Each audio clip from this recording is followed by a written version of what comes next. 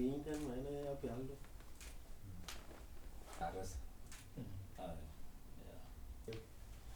have changed so many things.